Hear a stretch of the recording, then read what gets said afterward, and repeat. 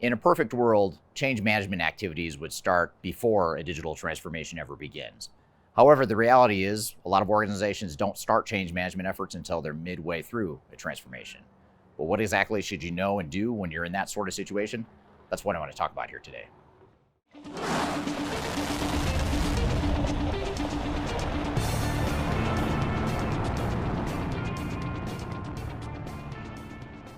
My name is Eric Kimberling. I'm the CEO of Third Stage Consulting. We're an independent consulting firm that helps clients throughout the world reach their third stage of digital transformation success. And one of the core service offerings and capabilities we provide to our clients is organizational change management. And we often find that organizations don't recognize or focus on the need for change management until they're well down the path of being midstream in a digital transformation. While this is far from ideal, it's something that is the reality of a lot of organizations. And a lot of change managers are in a situation where they're trying to play catch up and they're trying to make up for lost time of not having focused on change management sooner. In fact, I recently just got a message on social media from a change management practitioner who was disappointed that throughout her career, she had found that she was never brought in early in a project to help do change management right from the start, but instead she was brought in later in projects to help clean up messes after change management issues had already percolated and become big problems. And so for that reason, she had become somewhat burned out and dissatisfied with the world of change management. However, this dynamic is more common than you might think. Most organizations don't realize early on how important change management is. It's a small subset of organizations and teams that recognize the need for change management early, and oftentimes organizations have to feel the pain and feel the resistance to change and feel the challenges and the operational issues as they go through a digital transformation before they recognize the need for organizational change management. So what I want to do today is talk about what you can do if you're in this position. If you're in a situation where you're already downstream, you've already gotten a chunk of the way through your digital transformation, and now you're just now starting change management, what is it you can do? And there's good news and bad news as it relates to this, and what I want to do is provide a roadmap to help you move forward. Now, to learn more about change best practices and deliverables and processes you can follow for your digital transformation, I encourage you to read our Guide to Organizational Change Management. It's a free guide. I've included links in the description field below, or you can scan the QR code in front of you to read that deep dive into what change management is and how you can deploy change management in your organization.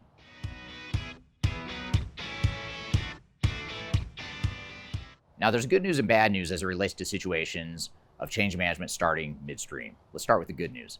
The good news is that your organization, for whatever reason, finally recognizes that change management is important. It may be too late in your mind. It's certainly not ideal. It doesn't fit that ideal future state of what change management should look like.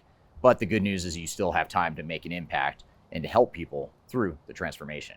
And that's really what change management is about. It's about helping people ensure that they feel more comfortable with changes, and ultimately helps reduce chaos and stress within an organization, and ultimately increases and optimizes business value that organizations are going to get out of their digital transformation. So that's the good news, is that the organization recognizes the need for change management, and chances are, now that they've felt the pain of not having change management and not having started change management sooner, it's highly likely that they're more bought into the concept of change management than they might be otherwise. So while there is a dark side, there's some catch up to do, there's some bad news associated with, which I'll get to here in a moment. The good news is that oftentimes you're going to be in a position where the organization recognizes the need for change management and is more bought in than they might be otherwise.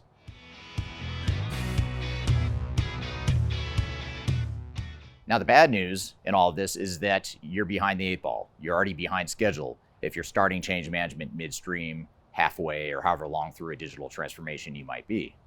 That's the bad news. The other part of the bad news is that change management is typically on the critical path for an effective digital transformation.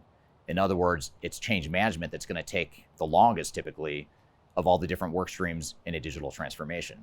The technology work stream is typically going to move a lot faster than the ability for an organization and its people to change, which puts further pressure on you as a change manager or as a change management team, because now not only are you behind schedule, but you were already going to be starting too late and you were already going to be on the critical path even if you would have started on time.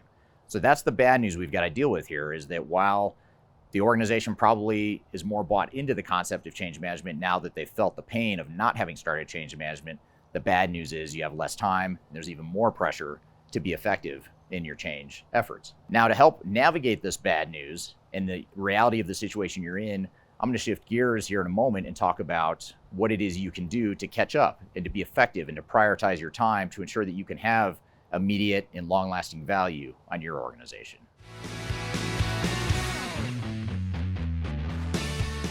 So the question becomes, how do we get caught up? What is it we can do?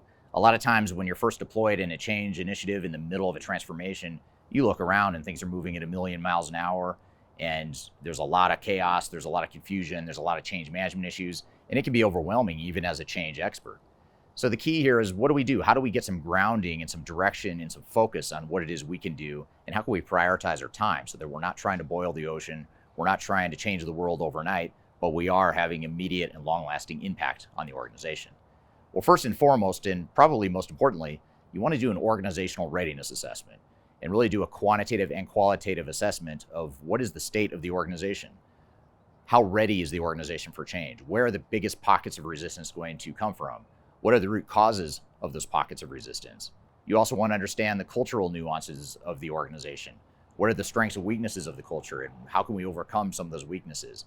And what are the things that are going to have the biggest positive and negative impact potentially on the digital transformation as it relates to people? Now, this organizational readiness assessment is typically done through two prongs. One is an anonymous quantitative employee survey, and the other is qualitative focus groups, small focus groups of people within different departments or different locations of your organization. And by going through a structured process of analyzing where you are today, it gives you a laundry list of problems, right? You're going to have a sense of where all the challenges are going to be, and it's going to be more than you can do in the amount of time you have because you're already behind schedule. There's a lot to do. There's a lot of competing priorities and resources. And so it allows you to really look at the laundry list of things that can and should be done, and allows you to start to prioritize what it is that can be done and to have the most immediate impact. But unless we do that organizational readiness assessment, it's just a lot of noise. It's a lot of subjective noise, a lot of emotion, and a lot of things that are hard to act on. But if we do something structured and methodical and unemotional in terms of an organizational readiness assessment, it gives us some direction and clarity on where we can and should focus our time.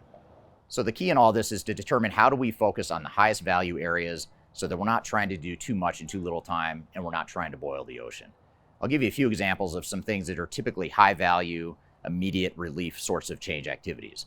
One is a change impact assessment, understanding how people's jobs are going to be affected between the current state and the future state. If we understand that, we articulate it, and we can communicate that, that's going to help us overcome a lot of resistance, and it's going to help us work through a lot of the resistance to change that every organization has. On a semi-related note, there's also clarity of people's roles and responsibilities and clarifying what jobs are going to look like in the future. If all we do is provide clarity, for better or for worse, on what someone's job is going to look like in the future, that is going to calm things down, and it's going to help people ease into the transition more than a lot of other change activities. And then a third example of a high value, immediate impact sort of activity is going to be the stakeholder and executive alignment. So if you can get an assessment of how much on the same page your executives and key stakeholders are or aren't, it's going to allow you to work through those areas of misalignment so that you can all get on the same page with, at the very least, what direction you're going as an organization with this digital transformation. So those are just three examples of possibilities of what might be high value, immediate priorities for you as you conduct an organizational assessment. But the key to this, though, is to do that assessment up front and then determine what can we do with the resources and time and budget that we do have left.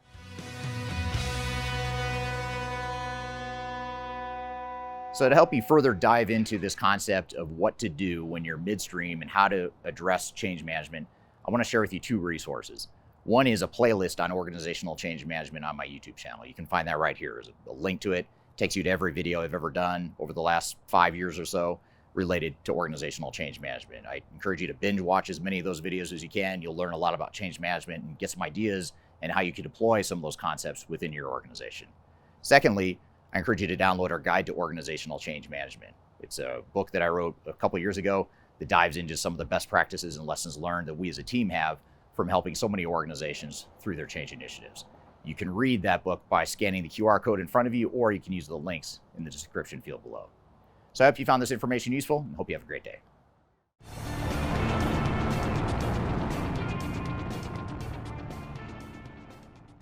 Which is very unfortunate, but See how many times I can say unfortunately in the same sentence. However, this dynamic is more is that wind? It's unfortunate that it's unfortunate. In terms of a organizational readiness, it has